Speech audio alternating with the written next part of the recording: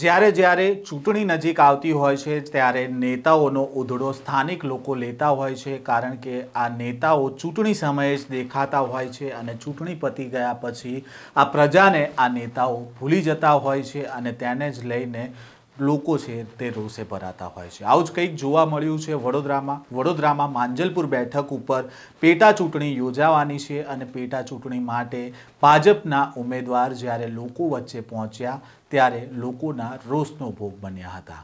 શું છે આ સમગ્ર મામલો, વાત કરીશું આ વિડીયોમાં। વૈષ્ણવજન તો તેને કહીએ જે પીડ પરાઈ જાનાને રે। નમસ્કાર, નવજીવન ન્યૂઝમાં આપનું સ્વાગત છે। હું છું જયંત દાફડા।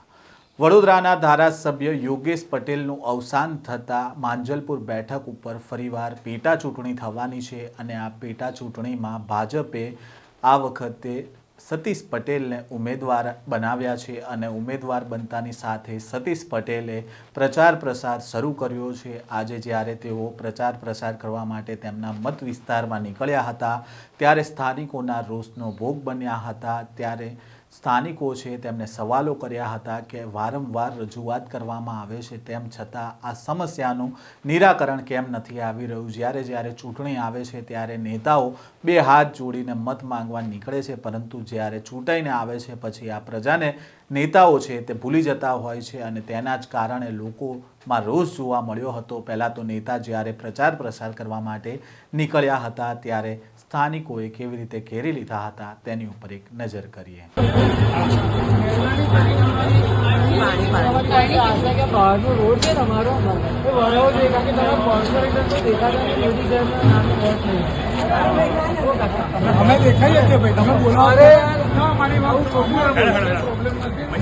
કોઈ જ દેખાતું નથી। આ બેન બી બોલીને ગયા હતા કે અમે કરીશું, કોઈ જ કરતું નથી।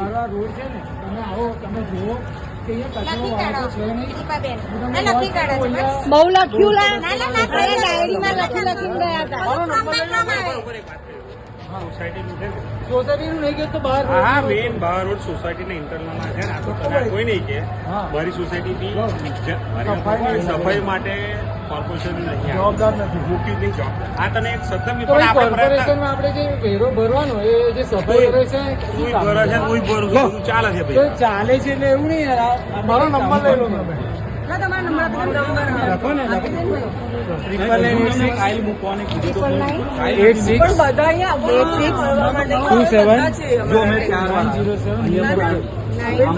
ના ના ના ભાઈ, તમે ફાઇલ મૂકો ને, નથી આવી। અમે અહીંયા જોઈએ છે, તમે નકશો આવી દો, રજા ચિઠ્ઠી આપો, બે વસ્તુ આપો અને વોર્ડ નંબર 18 માં છે। સાંભળો, કોર્પોરેશનનું પાણી નથી બરાબર, તો બી અમે વેરો ભરીએ છીએ। પાણી લાઈન જ નથી, લાઈન જ નથી, 20 વર્ષથી પાણી ભરીએ મૂકી દો ને રોડ ને પાણી બંને। અને મને ફાઇલ તો આપો તમે।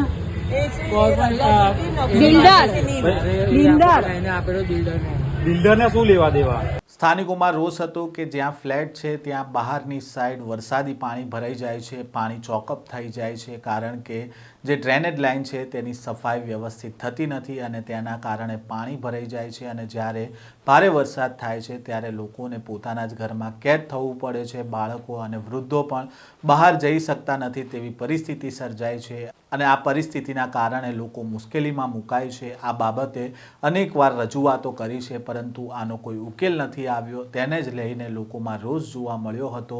સાથે જ ત્યાં સ્થાનિકોએ કહ્યું હતું કે મોદીના નામ ઉપર તમે વોટ લઈ જાઓ છો પરંતુ તમે કામ શું કરો છો, તે પ્રકારના સવાલો કર્યા હતા અને તેને જ લઈને આ સમગ્ર વિસ્તારમાં ખળભળાટ પણ મચ્યો હતો। આ પ્રકારના સમાચાર સાથે ફરી મળીશું। નવજીવન ન્યૂઝ સાથે જોડાયેલા રહેજો।